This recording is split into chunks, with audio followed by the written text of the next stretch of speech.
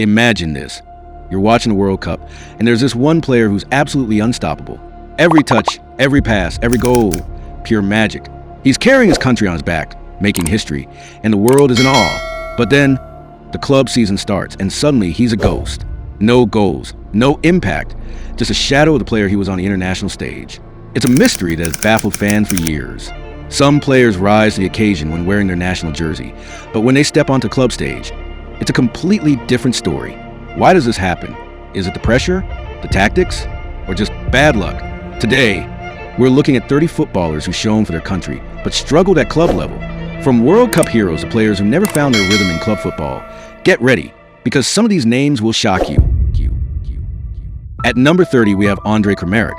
Andrej Kramarić has been a key player for Croatia, particularly in their 2018 and 2022 World Cup runs, scoring crucial goals in both tournaments. He has 30 goals and over 100 caps, making him one of Croatia's top scorers.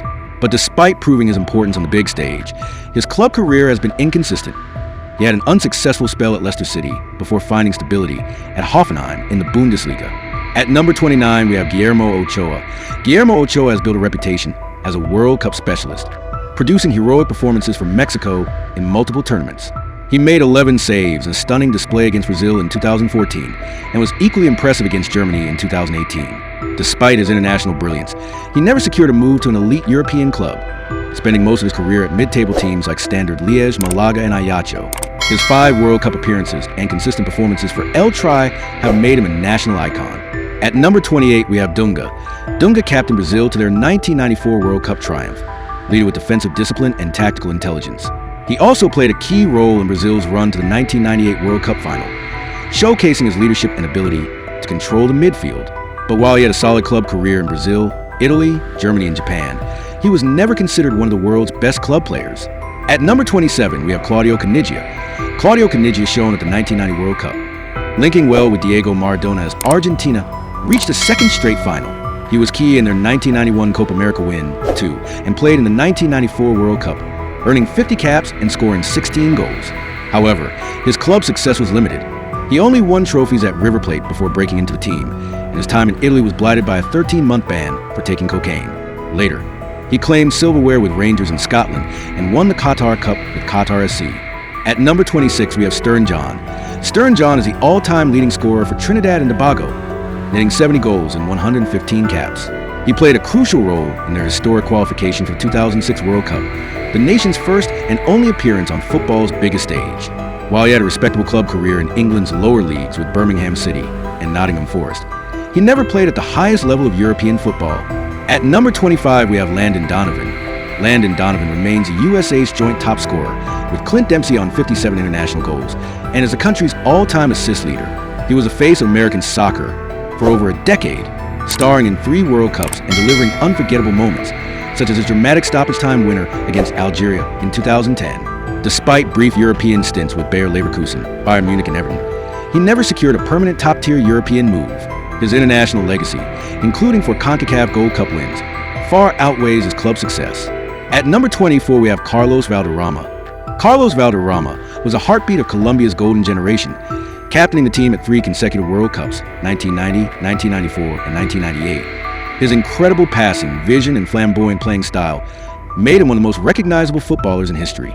With brief spells in Europe at Montpellier and Real Valladolid, he never truly shined at the club level, spending much of his career in South America and MLS. Instead, his 111 caps and impact on Colombian football cement his legacy. At number 23, we have Jared Borgetti. Jared Borgetti scored 46 goals in 89 games for Mexico, making him his nation's second all-time leading goal scorer, behind Javier Hernandez. The towering forward's looping header against Italy in the 2002 World Cup remains one of Mexico's most iconic goals. But despite dominating in Mexican football, he struggled in Europe, notably during a short, unimpressive spell at Bolton Wanderers. At number 22, we have Fabio Grosso. Fabio Grosso's 119th-minute winner against Germany in the 2006 World Cup semifinals remains unforgettable. The left-back's curling strike past Jens Lehmann sealed an iconic moment in a great match. Then, 5 days later, he coolly converted the decisive penalty in Italy's final shootout win over France. A surprise revelation at 28, Grosso had played in lower divisions until 23 and remained under the radar at Perugia and Palermo. He joined Inter Milan after the World Cup, but his club career faltered with poor spells at Lyon and Juventus. For Italy, however, he was a colossus, shining again at Euro 2008. At number 21, we have Eduardo Vargas. Eduardo Vargas was instrumental in Chile's back-to-back Copa America triumphs in 2015 and 2016, finishing as the tournament's top scorer both times. While his 40 international goals place him among Chile's greatest ever forwards, he never settled at a top club, bouncing between Europe, South America, and Mexico, saving his best form for the national team. At number 20, we have Anders Svensson. Anders Svensson earned 148 caps for Sweden, making him the nation's most capped male player. He was a key figure in Sweden's strong showings at the 2002 and 2006 World Cups, scoring a famous free-kick winner against Argentina in 2002. However, his club career, mostly spent in Sweden with Elfsborg, was solid but never spectacular. His international leadership and consistency defined his career. At number 19, we have Joan Capdevila. You could be forgiven for forgetting that Joan Capdevila was Spain's starting left-back during their golden era. He was a part of the side that won Euro 2008 and the 2010 World Cup, providing defensive stability to a team full of attacking stars. However, though his club career included a long spell at Villarreal, he never played for one of Spain's big two nor became a global name. At number 18, we have Jozy Altidore. Jozy Altidore scored 42 goals for the USA, making him one of their all-time top scorers and a key figure in multiple CONCACAF Gold Cup wins and World Cup campaigns. However, his club career was inconsistent, and he struggled badly in the Premier League with Sunderland, scoring just 3 goals in 52 appearances for the Black Cats, according to Transfermarkt. Other than a prolific spell with AZ in the Netherlands, Altidore was never able to show his international form at club level. At number 17, we have Johnny Heitinga. Johnny Heitinga earned over 80 caps for the Netherlands and played a crucial role in their run to the 2010 World Cup final. A disciplined and versatile defender, he was a vital cog in the Dutch backline for many years despite a less than remarkable club career, the highlight of which was a decent 5-year spell at Everton. At number 16, we have Aljoša Asanovic. Aljoša Asanovic was instrumental in Croatia's third-place finish at the 1998 World Cup. His vision and technical ability made him a key creative force in the side's midfield. His club career, however, was less notable, with short spells across various European leagues, including with Derby County, Montpellier, Metz, Napoli, and Panathinaikos, where he enjoyed minimal success. Despite this, bizarrely, he is considered one of his country's best ever. At number 15, we have Jordan Pickford. Jordan Pickford has been a crucial part of England's recent tournament success under Gareth Southgate, saving penalties in England's first-ever World Cup shootout victory against Colombia during Russia 2018. His club career with Sunderland and then Everton has been solid, but less impressive, with occasional inconsistency and error-strewn performances. For England, though, he remains practically flawless. At number 14, we have Milan Baros. Milan Baros won the Golden Boot at Euro 2004 with 5 goals, leading the Czech Republic to the semi-finals. He had a decent club career, including a Champions League win with Liverpool, but he never proved himself as a prolific striker, finding his level at Portsmouth under Harry Redknapp's leadership. At number 13, we have Ali Day. Ali Day scored 109 goals in 148 games for Iran, holding the record for most international goals, until he was surpassed by Cristiano Ronaldo in 2021 and again by Lionel Messi in 2024, according to FIFA. His club career included a brief spell at Bayern Munich, but he never became a top European striker, doing much of his good work in Asian football. At number 12, we have Angelos Karistias. Angelos Karistias wrote himself into history by scoring the winning goal in the Euro 2004 final against Portugal. He also scored in the quarterfinals and semifinals, making him a key part of Greece's shock triumph. However, his club career was largely unremarkable, with brief spells at Dutch giants Ajax and Feyenoord, followed by a period of club hopping in Germany, France, and eventually Saudi Arabia. At number 11, we have Miroslav Klose. Miroslav Klose remains Germany's all-time top scorer, with 71 goals in 137 caps. He also holds the record for most goals in World Cup history with 16, according to FIFA records.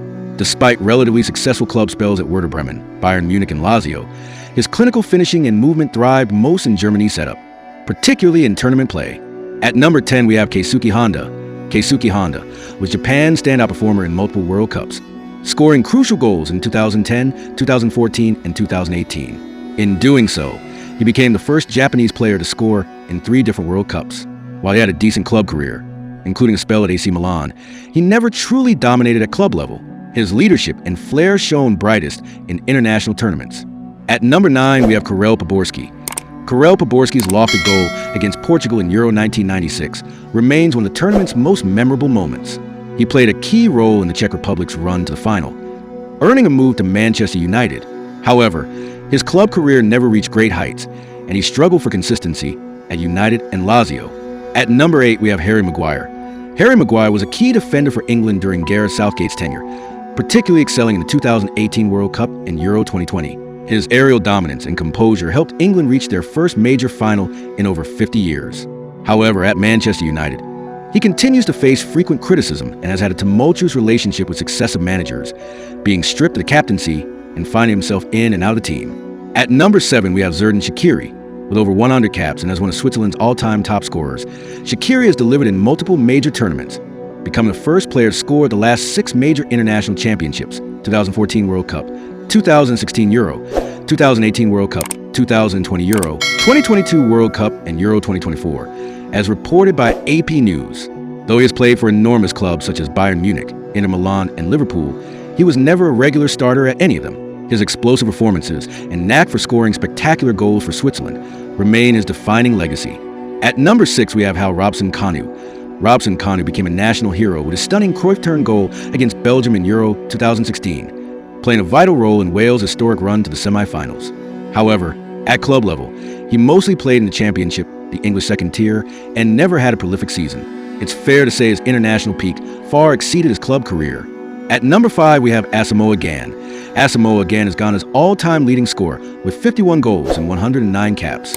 He scored in 3 consecutive World Cups, 2006, 2010, and 2014, including a famous winner against the USA in 2010. His club career was nomadic, spanning leagues in the UAE, China, and India without consistent top-level success. His greatest moments undoubtedly came in Ghanaian colors. At number 4, we have Sergio Romero. Sergio Romero earned 96 caps for Argentina and played a crucial role in their 2014 World Cup run to the final, becoming a hero in the semi-final penalty shootout against the Netherlands. But despite his international success, he spent most of his club career as a backup, including years as Manchester United's second-choice goalkeeper. His best performances were always for Argentina.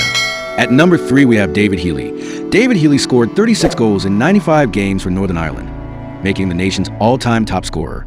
He also shared the record with Robert Lewandowski for the most goals scored during a UEFA European Championship qualifying campaign, until it was surpassed by Romelu Lukaku. Healy's CV includes a stunning hat-trick against Spain and a famous winner against England in 2005. In contrast, his journeyman club career, mostly outside the top flight, never took off, and he failed to reach double figures in a single league season, according to Transfermarkt. At number 2, we have Peter Crouch. Peter Crouch scored 22 goals in 42 appearances for England, an impressive strike rate of a goal every 1.9 games. His height and technical ability made him a valuable option at international level, particularly in qualifiers and friendlies. At club level, though he played for the likes of Liverpool and Tottenham, he was never a prolific scorer. At number 1, we have Lukas Podolski. Lukas Podolski scored 49 goals in 130 appearances for Germany, according to DFB, excelling in Euro 2008 and the 2010 World Cup. However, his club career was inconsistent, as he struggled for form and a regular starting berth at Bayern Munich and Arsenal. However, both Jurgen Klinsmann and Joachim Low found the key to channel his powerful left foot and direct style into a useful asset for the national team. Some players were born to rise when their country calls. They feel that pressure differently, almost like it's fuel. But when they go back to club life, things change. The pressure, the system, the spotlight, it all feels different. And maybe that's what makes football so unpredictable. You could be a bench warmer in club football and still become a national hero. You can struggle in training every week, but light up the world on the biggest international stage. These 30 names remind us of one thing. In football, heart sometimes beats form. And when it comes to passion, nothing beats playing for your country. Thanks for watching. Make sure to drop a comment with a player you were most surprised to see on this list. And hey, if you want more insane football stories and rare gems, hit that subscribe button, because we got more coming your way.